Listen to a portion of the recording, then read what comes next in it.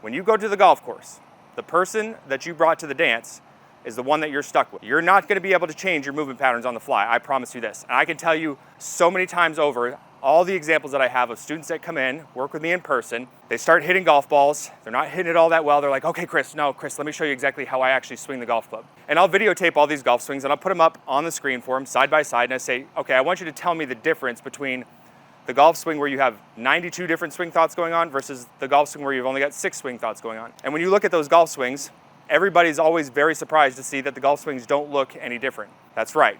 The golf swing is not changing. You can think that you're actively manipulating things to a big level, but at the end of the day, when you introduce the consequence and the stress of the golf ball back to the mix, your brain and your subconscious are very good about allowing you to move in the way that your brain is most comfortable with.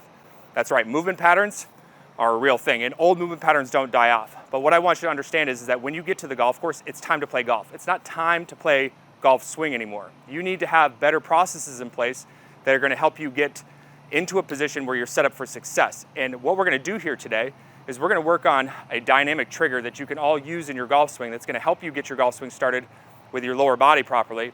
It's gonna also help you get much better tempo in your golf swing, and it's gonna help make you a much happier golfer when it's all said and done. I would call that a pretty good sized win for all of us. Wouldn't you call that a win?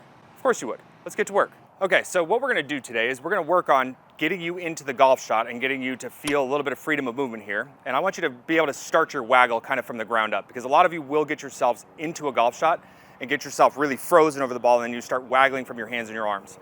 And what that does is it typically leads to you moving from your hands and arms very early on in the swing. And that right there, my friends at home, starts an absolute disaster on your hands. You don't want your smallest muscles in the golf swing leading the way. You want your smallest muscles in the golf swing hanging onto the golf club, giving the little inputs that it needs to have in order to be able to transfer speed and control out through the club head. You want your body doing the heavy lifting. So what I use here is I use a little bit of movement to help get myself kind of freed up. And then what I do is I park myself to the ground. And what you're gonna see is that I make a little initial shift into my lead side to feel pressure change into my lead foot. And then immediately I start loading into my trail ankle. I know it's a little bit counterintuitive. Why would I take my weight and move to my lead side to then start moving into my trail side? What this pressure trace does though is it helps free the body up and helps get you move from your legs and your hips, which is super important in the golf swing. So I wanna show you exactly how this works. So I'm gonna talk to you as I'm doing it. So I come in, I look at the target, set the club in, I glance at the target again, make sure that those things are in line. Then I build my stance around the club face. Lead hand comes on the golf club.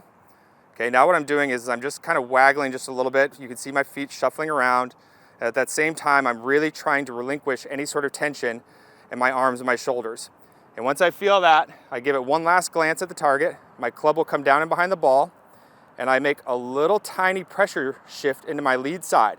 So if I'm 50-50 at address, I feel my pressure go to about 60 to 70%, and then I immediately go right back onto my trail ankle. That's my dynamic pressure movement that I use in my golf swing to get things started. Now, the reason why I like this one so much is because it helps shake out the tension, it helps you get the golf swing started with your lower body, and helps you start loading into your trail side with proper movement rather than trying to move from a position where you're just kind of stuck and frozen in space. The golf swing is not about positions. The golf swing is about movement. You want to create movement in the golf swing and stop worrying about the technical side of things. You're not going to be able to affect it on the golf course when it's go time. So let's go through this one more time. Walk in.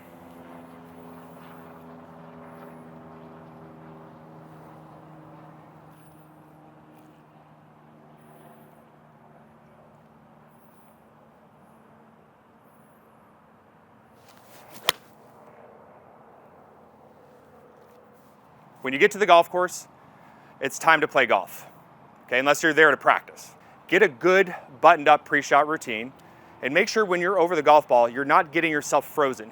You don't want to feel tense in any part of the body. You want to feel anchored to the ground for sure when it's go time, but you want to do this in a way where you still have some freedom of movement. Set yourself and feel the pressure through your feet to get your golf swing started, and I guarantee it, you're going to be a much happier golfer when you leave the golf course. Here's to playing some of your best golf.